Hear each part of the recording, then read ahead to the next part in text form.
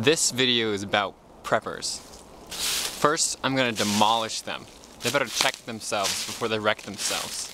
And secondly, I'm going to explain them. And thirdly, I'm going to support them. So first off, my prepping interest comes from when I was young. I was raised in a very fundamental household, and we did preparation, food storage and stuff.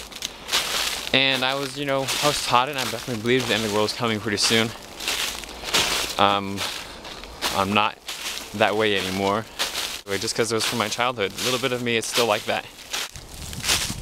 First thing you notice about preppers is they're not people who get out there.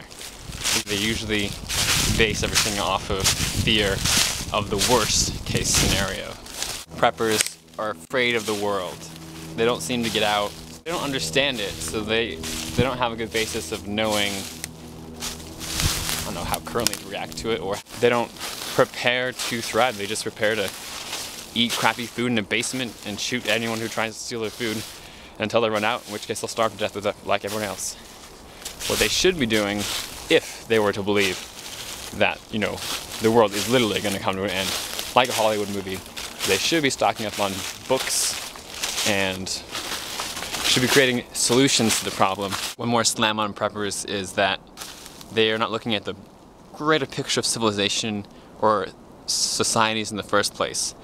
And in their preparation, you see places they're like, oh, I can't go to this area because it's a desert, I can't go to this area because it'll be blown up by a nuclear bomb, or but they're not looking at the most important thing, which is human capital. It's the people that make societies good or bad. And that's the people that they should be worrying about. So that's one thing that they are failing to realize. Another slam on preppers is their arrogance. They think that they know a lot more than everybody else in the entire world. And they call everyone things like lemmings and sheeple, which is ironic for many of them because they are only listening to doomsday sayers, and that's their only thought process. They're not open to new things. And so I would say that they're the lemmings or sheeple if you're gonna be throwing those names around.